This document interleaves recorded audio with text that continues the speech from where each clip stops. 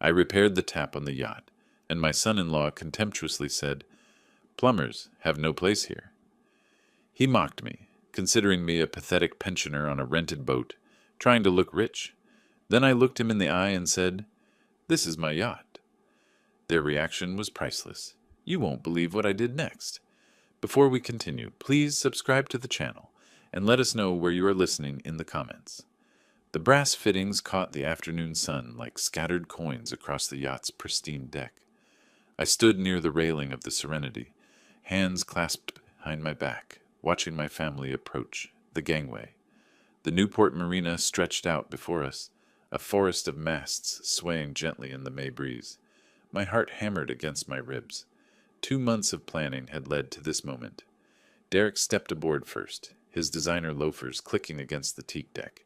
His eyes swept across the yacht's length, taking in the polished chrome, the leather seating arranged beneath the canopy, the sophisticated navigation equipment gleaming in the pilot house.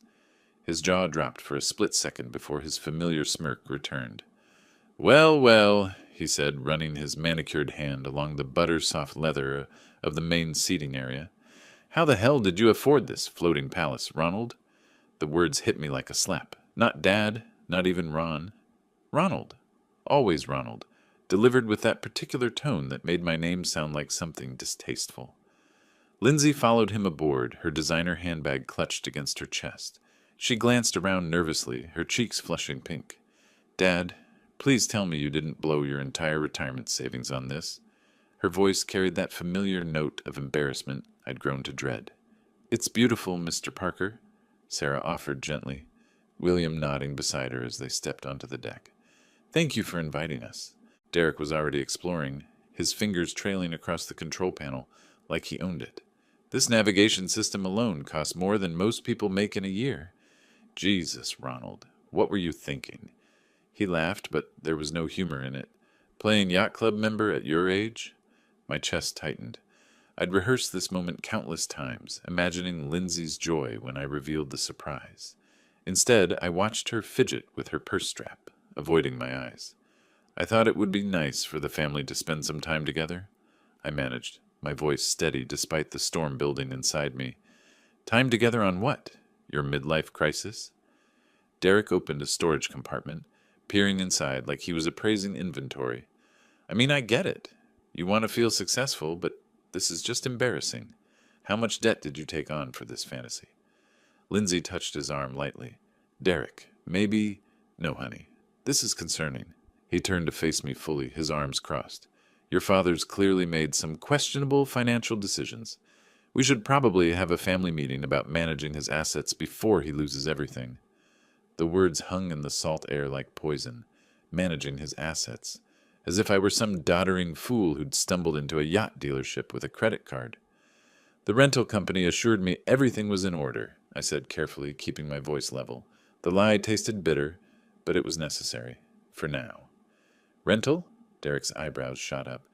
"Well, that's slightly less insane, though still pretty ridiculous for someone living on Social Security." My hands clenched behind my back. Social Security. I'd built 3 companies from nothing, sold them for figures he couldn't comprehend, invested wisely for decades. But I wore khakis and polo shirts, drove a modest sedan, lived in my same small house. To Derek, that made me poor. "Why don't you all explore below deck?" I suggested, needing space to breathe. "I'll prepare some refreshments." "Come on, babe," Derek said to Lindsay, already heading toward the cabin entrance. "Let's see how much your dad spent on his little boat adventure." They disappeared below, Derek's voice echoing up through the hatch. "Look at this marble countertop. Unbelievable. Your dad's completely lost it." Lindsay's nervous laughter followed. William approached me quietly. "It really is magnificent, Ronald. The craftsmanship is exceptional." I nodded, grateful for his kindness, but barely hearing him. From below deck came the sound of Derek opening and closing cabinets, his voice a constant commentary of disbelief and derision. Each word felt like a needle under my skin. Sarah joined her husband in exploring while I remained on deck, gripping the brass railing until my knuckles went white. The gentle waves lapped against the hull, but all I could hear was Derek's laughter drifting up from the main cabin, followed by Lindsay's voice. "He must have spent a fortune on this rental. It's so unlike him. Unlike him. My own daughter, discussing me like I was a stranger who'd suddenly developed delusions of grandeur. The sun felt too bright, the breeze too cold. I stared out at the harbor, watching other families enjoying their boats, and wondered if this had been a terrible mistake. But no, I'd planned this perfectly. They just didn't understand yet. More laughter from below deck, and my jaw tightened like a vice. The brass compass mounted near the pilot house caught my eye, its polished surface reflecting the afternoon light. I reached out and touched it gently, remembering another day, another moment when I'd touched this same compass and felt nothing but pure joy. 2 months ago, March 22nd, I stood in the showroom at Maritime Luxury Yachts, wearing my best navy suit, the one I'd kept for special occasions. The salesman, a polished young man named Trevor, guided me through the specifications of the Serenity for the 3rd time that week. The master cabin features a queen bed and full bathroom, Trevor explained, his voice professional but warm. The guest cabin has twin bunks that convert to a double, perfect for family trips. I nodded, imagining Derek and Lindsay's faces when they discovered their own private quarters. The yacht stretched 42 feet of pristine fiberglass and chrome, every surface gleaming under the showroom lights. I ran my hand along the same brass compass, thinking about teaching future grandchildren to navigate by the stars. "And you're certain about the financing terms?" I asked, though I'd already decided. The $2.8 million check was folded in my jacket pocket, drawn on an account Derek couldn't imagine existed. "Absolutely, Mr. Parker. Full payment today means immediate delivery after the safety inspection and registration." Trevor smiled. "Your family is going to love this surprise." My family. I'd been planning this moment since Lindsay's birthday the previous month, when she'd mentioned missing our old fishing trips. "I wish we could just escape on a boat somewhere," she'd said, looking tired from Derek's constant complaints about their finances. Here was the solution: a floating sanctuary where we could rebuild our relationship, away from Derek's endless need to diminish everyone around him. I'd even researched family-friendly routes along the New England coast, imagining weekends where Lindsay could rediscover her love of the water. "I'd like to add some personal touches," I told Trevor. "Family photos in the main cabin. Maybe install a sound system for music during dinners." "Of course, we can coordinate with our interior design team." I signed the papers with a steady hand, my excitement building with each signature. This wasn't just a yacht purchase. It was an investment in healing. The money came from Margaret's life insurance, funds I'd been saving for something meaningful. What could be more meaningful than bringing my daughter back? Trevor handed me the keys, 2 small pieces of metal that represented months of careful planning. "Will you be taking possession today?" "Next month," I said.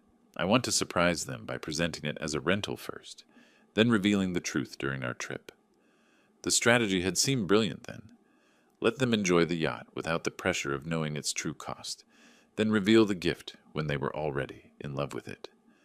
I'd imagined Lindsay's tears of joy, her gratitude, maybe even Derek's grudging respect.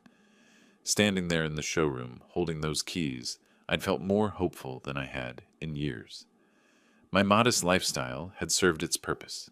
Everyone underestimated my resources. The surprise would be complete. "Your daughter is going to be so proud," Trevor had said, shaking my hand. "Proud." Yes, I'd imagined that too. Present moment. I opened my eyes, the memory dissolving like morning mist. The harbor stretched before me, unchanged, but everything felt different now. Below deck, I could still hear Derek's voice, though the words were muffled by distance and deck planking. Footsteps approached on the teak deck behind me. I straightened my shoulders, feeling something shift inside my chest. The hope that had carried me through 2 months of planning was crystallizing into something harder, colder. The generous father who'd signed those papers in March was learning a valuable lesson about the nature of gratitude. I turned as my family emerged from below deck, Derek's face flushed with what I now recognized as contemptuous amusement. The brass compass caught the light again, but this time it reminded me of something else entirely. Navigation required knowing exactly where you stood before plotting your course. "Ronald, this is absolutely magnificent." William's voice carried genuine appreciation as he emerged from the yacht's stairway, his weathered businessman's hands trailing along the polished handrail. "The craftsmanship is extraordinary. You've chosen something truly special." His words felt like cool water on a burn. I straightened slightly, releasing my death grip on the brass railing. Sarah followed behind him, her silver hair catching the afternoon light, eyes bright with sincere admiration. "The woodwork below is stunning," she added, settling her light cardigan around her shoulders. "That mahogany dining table, it's museum quality." Derek snorted, stepping up behind his parents with Lindsay close beside him. "Yeah, well, when you're spending someone else's money on a rental, might as well go big, right?" He gestured expansively at the yacht's gleaming surfaces. "Dad probably spent more on this weekend than Ronald makes in 6 months." The comparison hit like a physical blow. William stiffened almost imperceptibly, while Sarah's smile faltered for just a moment. Lindsay let out that nervous laugh I'd grown to dread, the sound sharp against the gentle lapping of waves. "Derek," William said quietly, but his son was already moving past them, running his fingers along the chrome fittings like he was appraising merchandise. "I mean, look at this sound system," Derek continued, touching buttons on the entertainment console. "Top of the line. The rental company probably charges extra for every feature. What's this costing you, Ronald? $2,000 for the weekend? 3? My jaw clenched. 3,000 wouldn't cover the monthly dock fees. "It's beautiful, Dad," Lindsay said, but her tone carried that familiar note of worried embarrassment. "Though maybe next time we could do something more practical?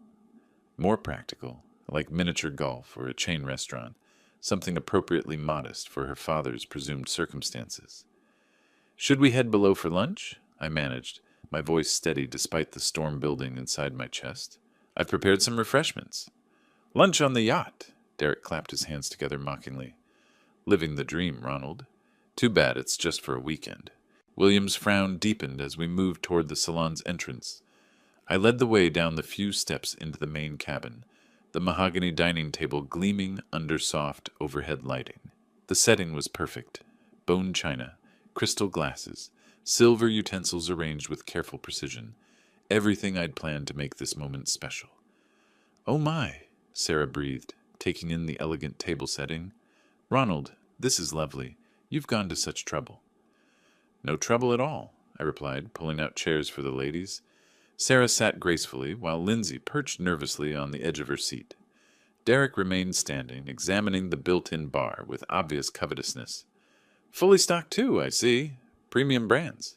He lifted a bottle of aged scotch, checking the label. "This bottle alone probably costs more than most people's car payments." "Derek," William said more firmly this time. "What? I'm just appreciating the finer things in life." Derek's grin was sharp-edged. "Not everyone gets to play millionaire for a weekend." The words hung in the air like smoke. Sarah busied herself with her napkin, while William studied his son with growing disapproval. Lindsay's face flushed pink, caught between defending her husband and apologizing for him. I served the meal mechanically: grilled salmon, roasted vegetables, a crisp white wine that cost more than Derek imagined. Each plate placed with careful precision while my mind churned with memories of the yacht showroom, of Trevor's encouraging words, of my naive hope that this gift would bridge the growing chasm between my daughter and me. "This is delicious," William offered, clearly trying to restore some civility to the gathering. "Dad always was a good cook," Lindsay said softly. "Yeah, well, when you have all day and nothing else to do," Derek's voice trailed off meaningfully as he cut his salmon. "Retirement must be nice. No responsibilities, no pressure to provide for anyone." The fork trembled slightly in my hand. No pressure to provide. I'd provided for 3 decades, built companies from nothing, created wealth beyond his comprehension. Now I was offering my greatest treasure, this floating sanctuary purchased with my beloved Margaret's memory, and receiving nothing but contempt in return. "Derek!" William's voice carried a warning now. Perhaps what, Dad?" Derek looked up from his plate, eyes bright with challenge. "I'm just making conversation. Isn't that what family dinners are about?" The silence stretched taut as a piano wire. Sarah reached for her wineglass with slightly shaking fingers. Lindsay stared at her food like it might provide escape. William's jaw worked silently, a father watching his son reveal himself as someone he didn't recognize. and I sat at the head of my $2.8 million table, serving my ungrateful family a meal they'd never appreciate, feeling something cold and calculating crystallize in my chest where warmth used to live. Derek raised his glass in a mock toast. To family adventures we can't afford. The clink of Derek's glass against the table marked the end of civilized pretense. William set down his fork with deliberate precision, the sound sharp in the sudden quiet. Sarah's hand trembled as she reached for her water glass. "That's enough." My voice cut through the tension like a blade through silk. "You will stop this behavior immediately." Derek's eyebrows shot up in theatrical surprise. "Behavior? I'm just being honest about the situation. Someone in this family should acknowledge reality." "The reality," I said, each word measured and controlled, "is that you're a guest on this yacht. You will show appropriate respect or you will leave." Lindsay's intake of breath was audible. She'd never heard me speak to Derek with such firmness. Neither had Derek, judging by the way his smirk faltered for a fraction of a second before returning full force. "Guest?" Derek laughed, but it sounded forced now. "Come on, Ronald. We're family. I can't express concern about your financial decisions?" "Your concern?" I replied, setting my own utensils down with careful precision. "Sounds remarkably like mockery." William cleared his throat uncomfortably. "Son, perhaps we should what?" Derek's voice rose slightly, his composure cracking. "Pretend Ronald isn't making questionable choices? Pretend this yacht rental isn't way beyond his means?" He gestured around the elegant cabin. "Look at this place. The rental fees alone could probably fund his groceries for months." The calculation in his eyes was naked now, measuring cost against my perceived worth, finding me desperately wanting. He leaned back in his chair, arms crossed, the picture of smug superiority. "I built a successful IT consulting firm from nothing," he continued, his voice gaining confidence.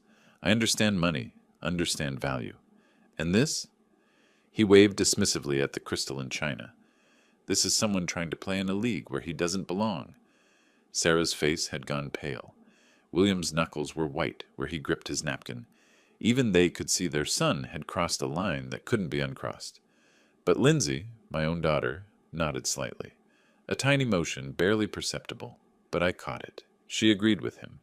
After everything I'd sacrificed, everything I'd given, she saw me through his eyes. A pathetic old man pretending to wealth he didn't possess. The betrayal hit harder than any of Derek's insults. "I think," I said, my voice deadly quiet, "you should excuse yourself from this table." Derek's laugh was sharp as breaking glass. "Excuse myself? From a rented yacht?" He stood abruptly, his chair scraping against the floor. "Maybe I will. Suddenly the air feels a bit stifling in here." He moved toward the stairs leading to the deck, pausing at the threshold. "Don't worry about cleaning up, Ronald. I'm sure the rental company has people for that. Wouldn't want you to strain yourself." His footsteps echoed on the deck above us, deliberately heavy, claiming space that wasn't his to claim. The salon fell silent except for the gentle creaking of the yacht against its moorings. William spoke first, his voice thick with embarrassment. "Ronald, I apologize. That was completely unacceptable." "Inexcusable?" Sarah added, her eyes bright with unshed tears. "I don't know what's gotten into him." Lindsay said nothing, staring at her untouched salmon, like it held the secrets of the universe. When she finally looked up, her eyes were defensive. "He's just protective of family finances," she said quietly. "We've been talking about buying a house, and money is tight, and seeing this—" She gestured helplessly around the cabin. "It's hard to understand the priorities." The priorities. My priority had been creating a memory, a gift, a bridge back to the daughter I was losing. Her priority was maintaining her husband's comfortable illusions about his superiority. I stood slowly, gathering plates with steady hands despite the earthquake happening inside my chest. Of course, I understand completely. But I understood more than she realized. I understood that my generous father's heart had been naive, that love wasn't enough to overcome contempt, that respect couldn't be bought with gifts. I also understood that Derek had just made the gravest mistake of his life. From above deck came the sound of cabinet doors opening and closing, Derek exploring areas he had no business accessing, making himself at home on what he thought was someone else's yacht. The irony would have been amusing if it hadn't been so infuriating. "I'll just tidy up," I said, stacking plates with mechanical precision. "Why don't you all enjoy the afternoon air on deck?" As they filed out, leaving me alone with the ruins of my carefully planned meal, I allowed myself one moment of pure crystalline rage. Then I began to plan. Derek wanted to play games with someone he thought was beneath him. He was about to discover just how wrong he could be. The sound of Derek's footsteps retreated across the deck above us, each step deliberate and heavy with wounded pride. I continued stacking plates with mechanical precision, but my mind was racing. That look in his eyes when he'd stood from the table, I'd seen it before in boardrooms, when lesser men realized they'd been outmaneuvered. "I should probably check on him," Lindsay said softly, half rising from her chair. "Let him cool off," William advised, his voice carrying the weight of paternal disappointment. "He needs time to think about his behavior." Sarah reached across the table to touch my hand. "Ronald, I'm so sorry. I don't know what's gotten into him lately." But I knew. Derek couldn't tolerate being corrected, especially in front of his parents. Men like him didn't accept boundaries. They tested them, pushed against them, found ways around them. Above deck, his footsteps had stopped. Then came the soft sound of a door opening and closing. The guest head, probably, or perhaps he was exploring areas he had no business being in. "He's under a lot of pressure at work," Lindsay offered weakly. "The consulting business is competitive." William's expression suggested he wasn't buying his daughter-in-law's excuses any more than I was. Pressure is no excuse for disrespecting your host. I listened carefully to the sounds from above and beyond, water running briefly, cabinets opening and closing, the soft scrape of something metallic. Derek was definitely exploring, touching things, claiming space.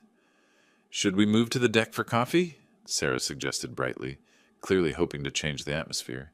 "The weather is so lovely." "Excellent idea," I agreed, though my attention remained focused on the subtle sounds of Derek's movements.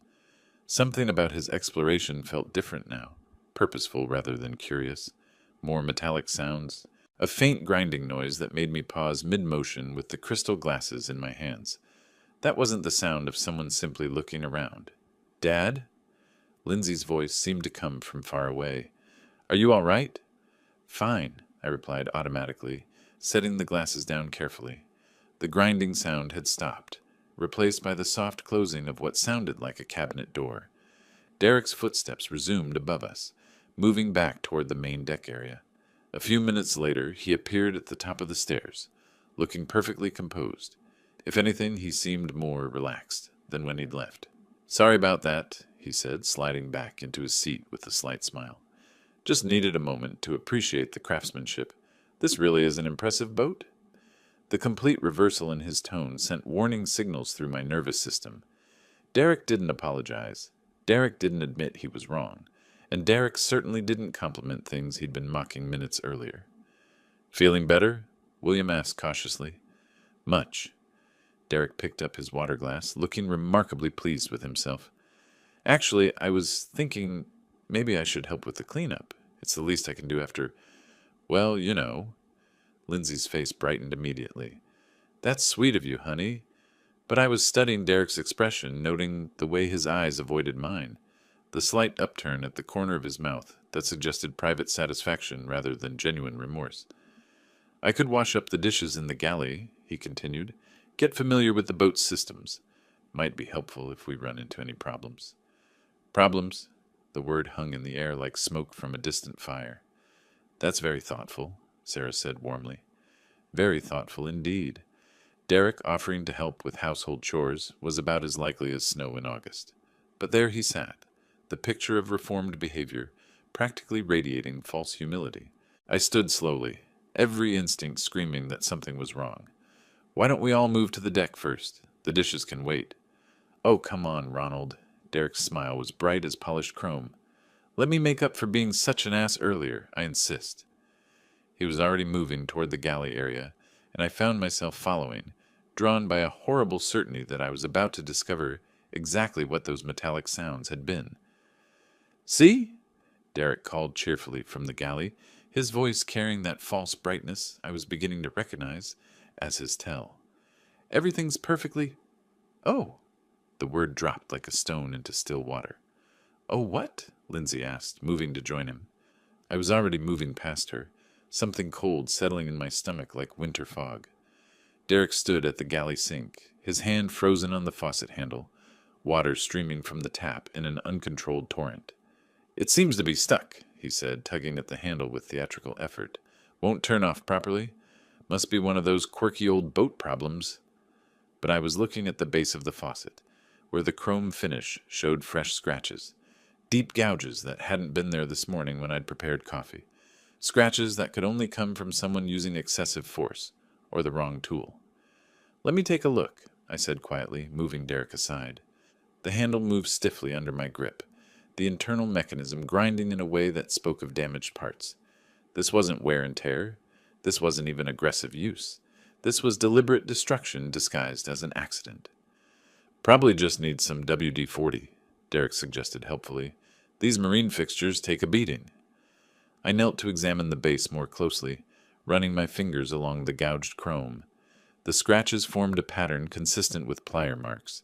Someone had gripped the faucet with considerable force, twisting until something gave way inside. "Dad, can you fix it?" Lindsay asked, genuine concern in her voice. "It's definitely broken," I said, standing slowly. "The internal valve mechanism has been damaged." Derek nodded sympathetically. "Rental equipment, you know? Probably gets rough treatment from previous guests. Good thing it happened now instead of in the middle of the night."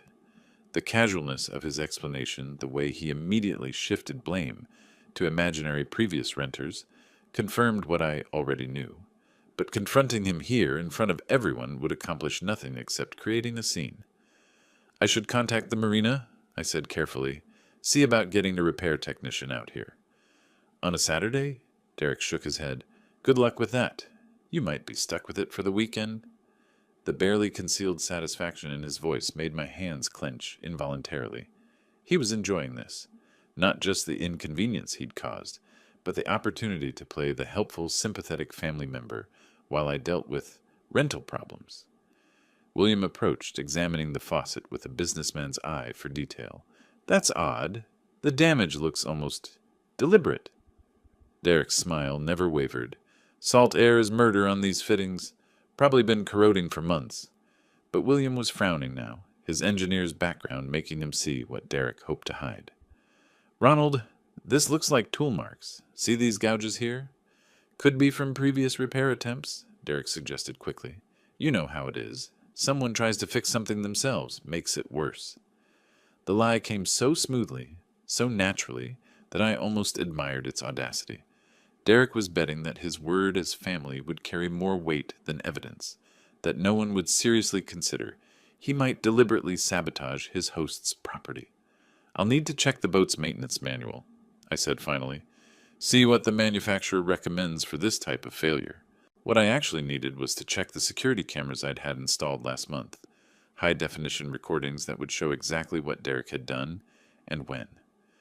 "Want me to help look?" Derek offered. "I'm pretty good with technical stuff." "No need," I replied, forcing a smile. "I know where everything is." He shrugged, the picture of disappointed helpfulness. "Whatever you think is best. Just trying to pitch in." As the family moved back toward the deck area, Derek lingered for a moment, ostensibly checking that the water was fully turned off. But I caught him glancing around the galley with the satisfied air of someone admiring his handiwork. "Funny how these things happen," he said conversationally. "One minute everything's fine, the next minute you've got a repair bill." The threat was subtle but unmistakable. This was just the beginning. Derek had discovered he could damage my property with impunity, safe in the knowledge that his family connection protected him from suspicion. He was about to learn how wrong he could be. I waited until the others were settled on deck, their voices drifting down through the open hatches. Then I moved quietly toward the navigation station where the security system controls were hidden behind an innocuous panel. Derek wanted to play games. He'd just challenged someone who'd been playing at a professional level while he was still learning to tie his shoes.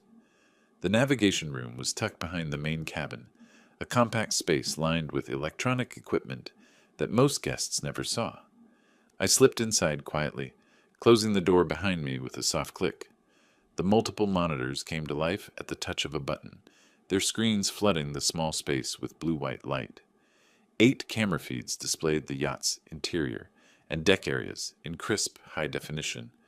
I'd had the system installed last month after reading about yacht thefts in the marina, a precaution that was about to pay dividends in ways I'd never imagined. My fingers moved across the control panel with practiced efficiency, scrolling back to 3:50 p.m. The timestamp in the corner read 15:50:23 when Derek first appeared on camera 3, the one covering the guest head and galley area. There he was, stepping into frame with that same casual confidence he'd displayed all afternoon. At first, his movements were perfectly normal, opening cabinet doors, examining the yacht's amenities, with the entitled curiosity of someone who believed everything belonged to him. Then he approached the faucet. I leaned closer to the monitor, watching Derek test the handle with gentle pressure.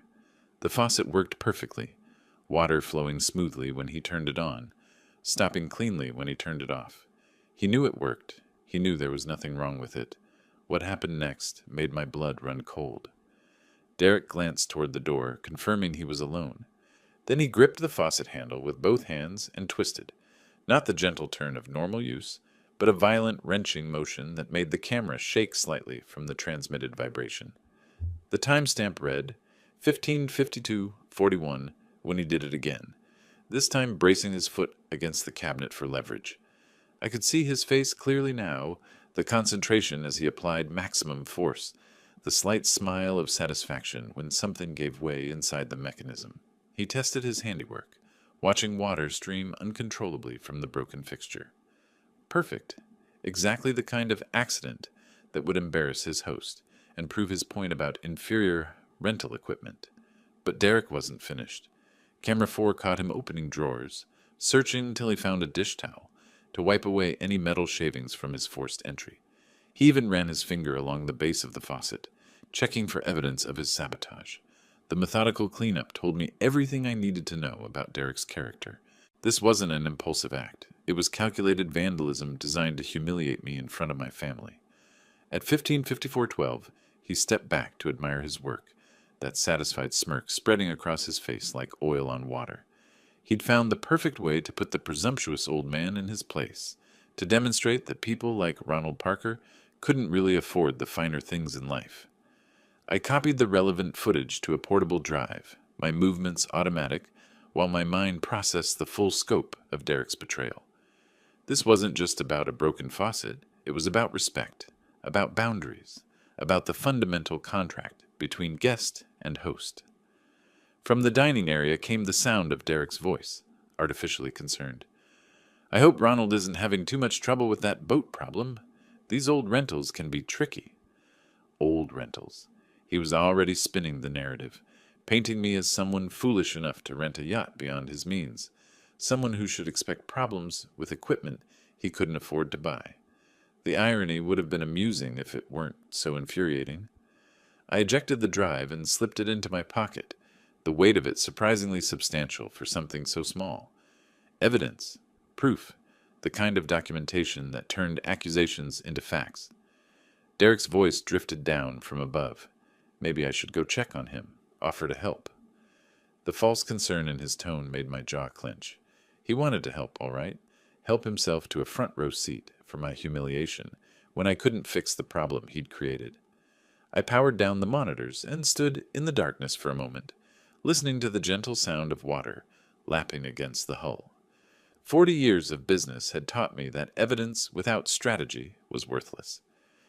Derek had given me the ammunition, but I needed to choose my moment carefully. The sound of footsteps above told me my time for planning was running short. I moved quietly to the yacht's tool locker, selecting a precision wrench set and pipe sealant from the well-organized compartments.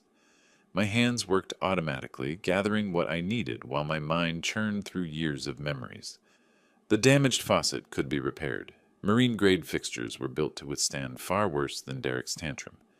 But as I knelt beside the broken mechanism, images flooded back of all the times I'd fixed things for Derek and Lindsay, all the problems I'd solved with my checkbook and my patience. Lindsay's graduate school tuition, $40,000 over 2 years. I'd written those checks gladly, proud of my daughter's ambition to earn her MBA. Derek had been grateful then, or at least he'd performed gratitude convincingly. "You're incredible, Mr. Parker," he'd said, using the formal address that now seemed less like respect and more like distance. Their wedding, $25,000 contribution. The memory stung fresh as I worked the wrench around the faucet's base. I'd insisted on paying for the flowers, the photographer, the upgraded reception venue. Every father wants his daughter's wedding to be perfect. I told Margaret's picture that night, wishing she could have been there to see Lindsay in her dress. Down payment on their house, $60,000. That had been just 2 years ago when Derek's business was experiencing a temporary cash flow issue. He'd sat in my modest kitchen, explaining how a larger down payment would secure better financing terms. His humility had seemed genuine, his gratitude effusive. "This means everything to us, Ronald. I promise you'll never regret helping us build our future."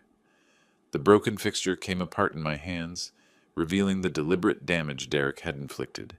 Twisted metal where smooth curves should be, forced threads that would never turn properly again. Just like the relationship between us, I supposed. Emergency car repairs, $5,000. Lindsay's medical bills, $3,200. The new refrigerator when theirs died. 1-800, Christmas gifts, birthday surprises, anniversary dinners I'd insisted on paying for. The list went on, a decade of generosity that had apparently purchased nothing but contempt. Each act of kindness had been met with Derek's practiced appreciation, his assurances that he'd never forget my support. Yet here I was, kneeling on the floor of my own yacht, repairing damage he'd inflicted out of spite. From above came Derek's voice, louder now. "Should we go check on Ronald? He's been down there quite a while." Lindsay's response was muffled but concerned. Maybe the repair is more complicated than he thought. More complicated? Everything was more complicated than it seemed. The yacht they thought was rented. The wealth they assumed I didn't possess. The man they believed was beneath their consideration. I threaded new gaskets into place, my movements precise despite the anger coursing through my veins. This wasn't just about money, though the financial aspect was staggering when I tallied it all. Nearly $140,000 in direct assistance over the years, not counting the smaller gestures, the dinners, the gifts. It was about respect, about the fundamental expectation that kindness would be met with kindness, that generosity would breed gratitude rather than entitlement. Derek's footsteps approached the stairs. "I'm going to see if he needs a hand." The faucet mechanism slid back into place with a satisfying click. Water flowed smoothly when I tested it. Better than before, actually. Sometimes damage forced you to rebuild stronger. "Ronald?" Derek's voice carried that false note of helpful concern. "Everything okay down there?" I stood slowly, wiping my hands on a clean rag while calculating my next move. Derek thought he'd won some small victory by breaking my property. He had no idea that he'd just triggered a war he was spectacularly unprepared to fight.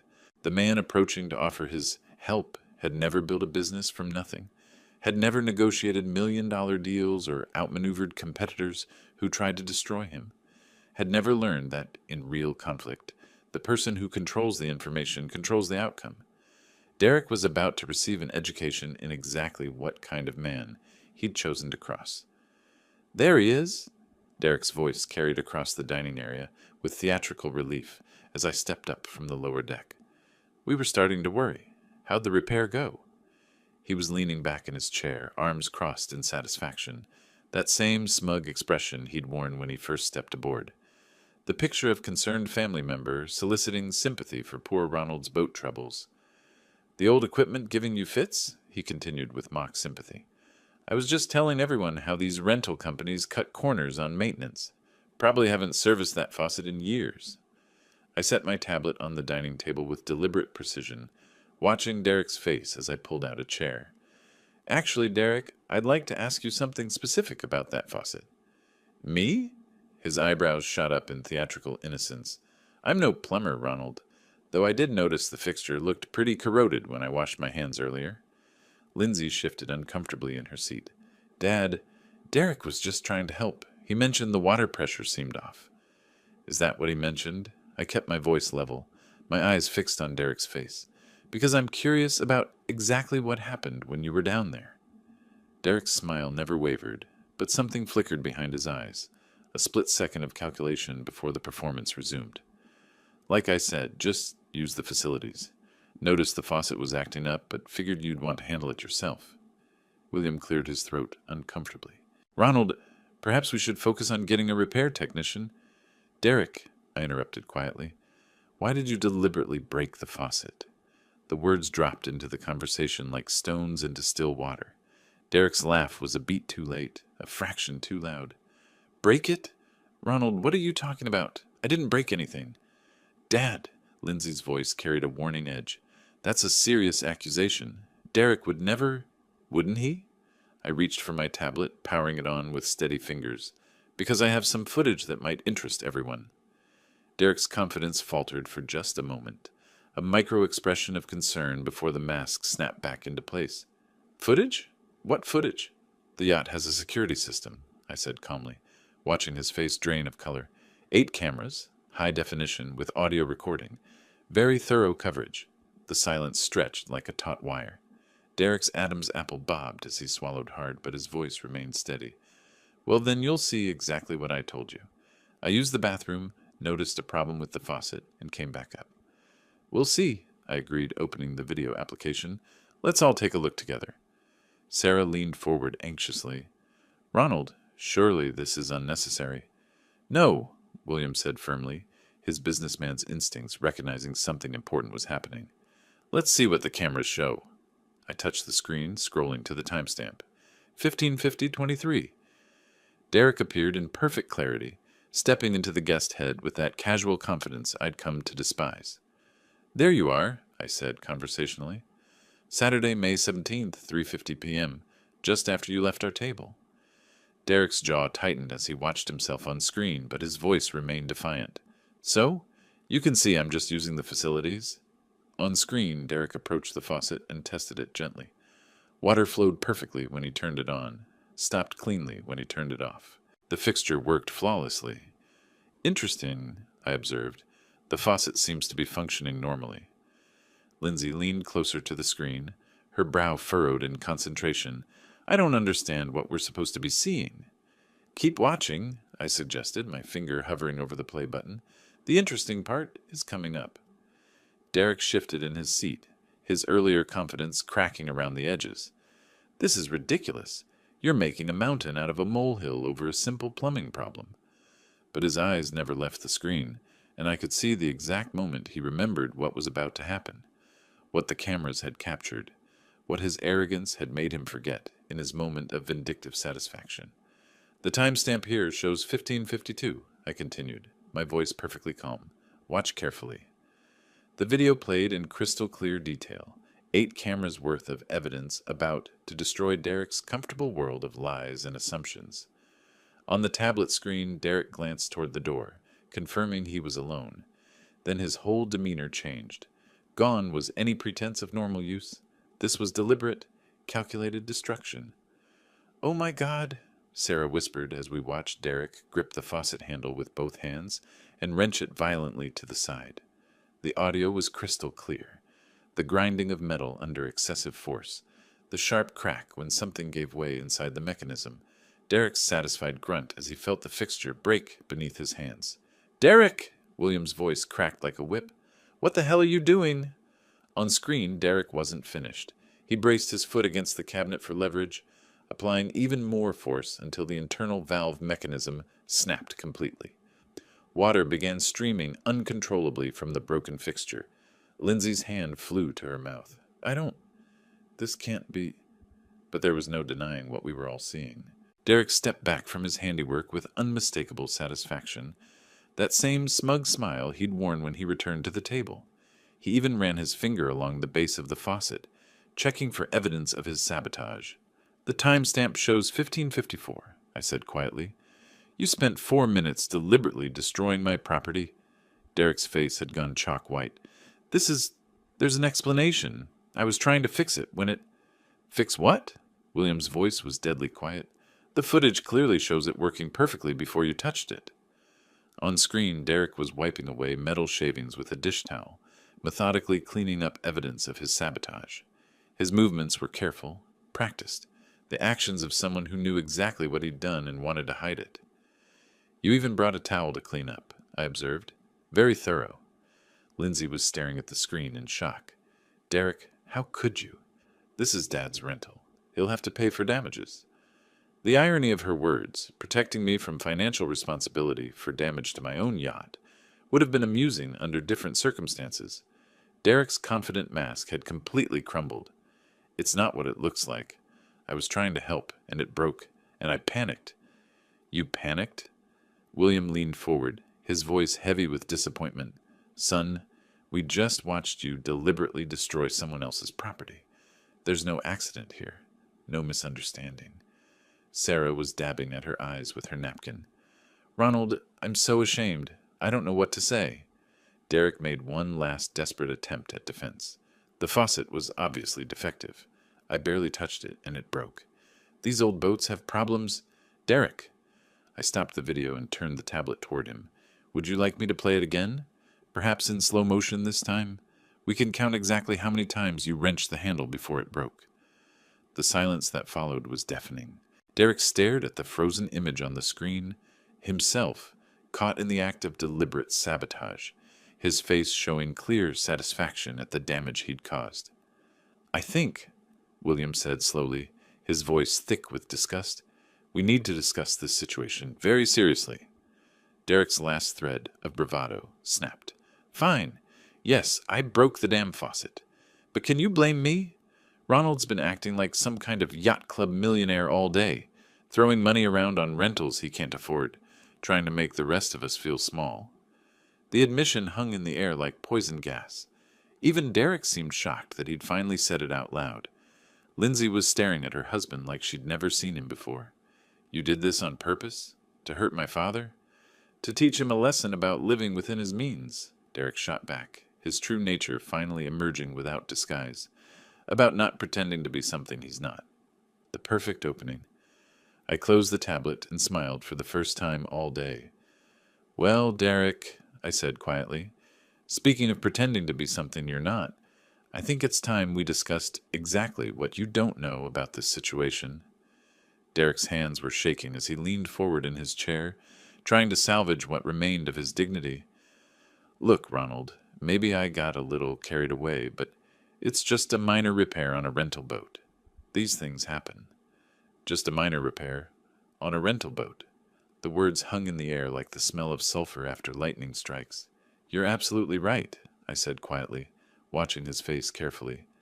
This is about understanding what kind of person vandalizes someone else's property for sport. Vandalizes? Derek's voice cracked slightly. Come on, that's a strong word. I was frustrated. Maybe I used a little too much force, but let's keep this in perspective. We're talking about a weekend rental here. William shifted uncomfortably in his seat.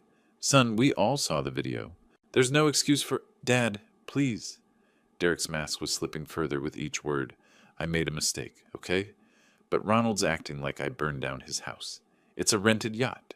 The insurance will cover it. Rich guys like the owner probably write this stuff off as business expenses anyway. Rich guys like the owner. The irony was so perfect it felt scripted. You keep mentioning that this is a rental, I observed, picking up my tablet and setting it aside with deliberate care. You seem very concerned about the financial implications for the owner. Well, yeah. Derek straightened slightly, sensing an opportunity to regain moral high ground. I mean, you're obviously way over your budget here, Ronald. This whole yacht club fantasy, it's not sustainable. Someone like you trying to play millionaire for a weekend, it's just sad. Lindsay winced visibly. Derek, please don't. Someone like me? I repeated softly. Look, no offense, but let's be realistic. Derek was warming to his theme now, the familiar arrogance creeping back into his voice. You're a retired... what? Plumber? Carpenter? Living on Social Security, trying to impress us with boats you can't afford. It's embarrassing, Sarah gasped audibly. William's face had gone red with shame. But Derek wasn't finished. Guys like you don't belong on yachts like this. You belong in fishing boats. Maybe a pontoon if you save up. This? He gestured around the elegant cabin. This is for people who actually earned it. The silence that followed was absolute.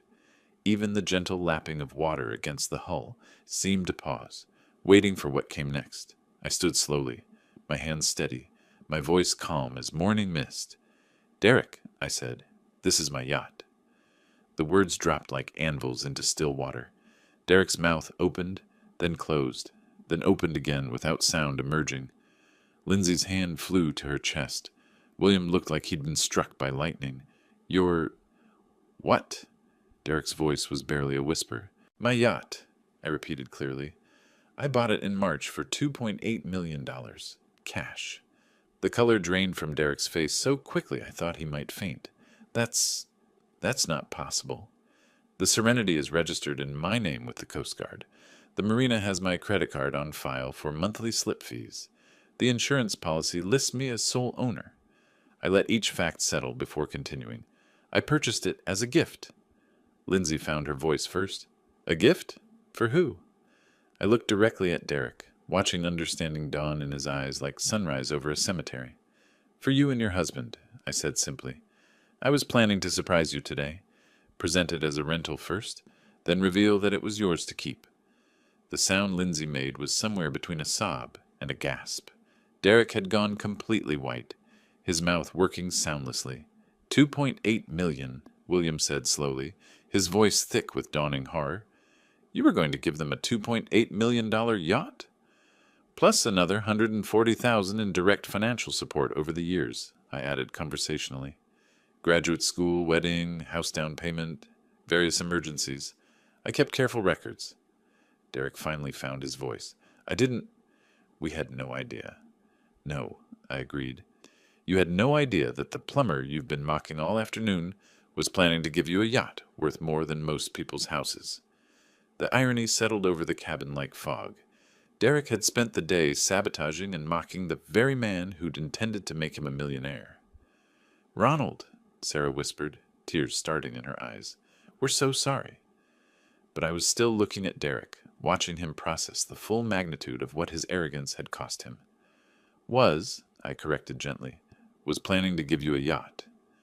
Derek's face went through a spectrum of emotions: shock, disbelief, calculation, and finally, desperate panic, as the full implications hit him. "Wait," he said, lurching forward in his chair. "You said was planning. That doesn't mean... we can work this out, right? Now that I understand the situation?" "Now that you understand the situation," I repeated quietly. "What exactly do you understand?" "That I made a terrible mistake. I had no idea this was your yacht, Ronald. If you'd known I owned it, you would have treated me with respect." I let the question hang in the air. "But since you thought I was just some poor retiree playing above his station, disrespect was acceptable?" Derek's mouth opened and closed like a fish gasping for air. Beside him, Lindsay was staring at her hands, finally beginning to understand the choice she'd made between her husband and her father. "That's not what I meant," Derek stammered. The stress of work and seeing you spend so much on a rental when..." "When what?" William interrupted, his voice sharp with disappointment. "When you decided your father-in-law needed to be taught a lesson about his place?" Sarah was dabbing her eyes with a tissue. "Derek, how could you do this? Ronald has been nothing but generous to this family." "I know that now," Derek's voice cracked with desperation. "But we can fix this, right? I'll pay for the faucet repair. Hell, I'll pay for a complete renovation of the galley. We can put this behind us." I walked to the yacht's large window, looking out at the peaceful harbor where other families were enjoying their boats, without sabotage or disrespect clouding their afternoons. "The faucet is already repaired," I said calmly. "Took about 20 minutes. Marine fixtures are built tough. They have to be to withstand the kind of deliberate abuse you inflicted." "Then what's the problem?" Derek's voice carried a note of desperate hope. "No harm, no foul, right?" I turned back to face him. "The problem, Derek, is that you revealed exactly who you are. When you thought I was vulnerable, when you believed I was beneath you, you chose cruelty. That's not a faucet problem. That's a character problem." Lindsay finally looked up from her hands. "Dad, I know Derek was wrong, but what, sweetheart?" I asked gently. "But I should overlook deliberate sabotage because he apologized after getting caught? But I should ignore years of subtle disrespect because he promises to do better now that he knows I have money?" She had no answer for that. None of them did. "The yacht remains mine," I continued. The gift offer is permanently withdrawn. Derek, I think it would be best if you and Lindsay gathered your things and left. You can't be serious, Derek protested. Over one stupid mistake? One stupid mistake? William's voice was incredulous. Son, you deliberately vandalized a man's property after he invited you aboard as a guest. You've spent the afternoon mocking and belittling him. Even now, you're more concerned about losing a gift you never knew existed than about the hurt you've caused. Derek looked around the table, seeking support that wasn't there. Even Lindsay couldn't meet his eyes. Fine, he said finally, standing abruptly. Come on, Lindsay, let's get out of here. Lindsay stood slowly, looking torn between following her husband and staying with her father. Dad, You made your choice clear today, I said softly. I hope it was worth it. As Derek and Lindsay gathered their belongings and headed toward the gangway, William approached me. Ronald, I can't begin to express how ashamed I am of my son's behavior. If you'd prefer us to leave as well? Absolutely not, I said firmly. You and Sarah have shown nothing but respect and grace. Please stay. Let's enjoy the rest of this beautiful afternoon as it was meant to be enjoyed. Through the window, I watched Derek and Lindsay walking down the dock toward the parking area, Derek gesticulating angrily while Lindsay walked in silence. They looked small against the backdrop of the harbor, diminished by their own choices. Sarah joined William and me at the window. Do you think they'll be all right? Derek will land on his feet, I said. Men like him always do. As for Lindsay, I sighed, she'll have to decide whether she wants to build a life with someone who destroys bridges out of spite. William poured 3 glasses of wine from the bottle we'd opened earlier. To character, he said simply. To character, Sarah and I echoed. As the sun moved lower toward the horizon, painting the water in shades of gold and amber, I felt something I hadn't experienced in years. Perfect peace.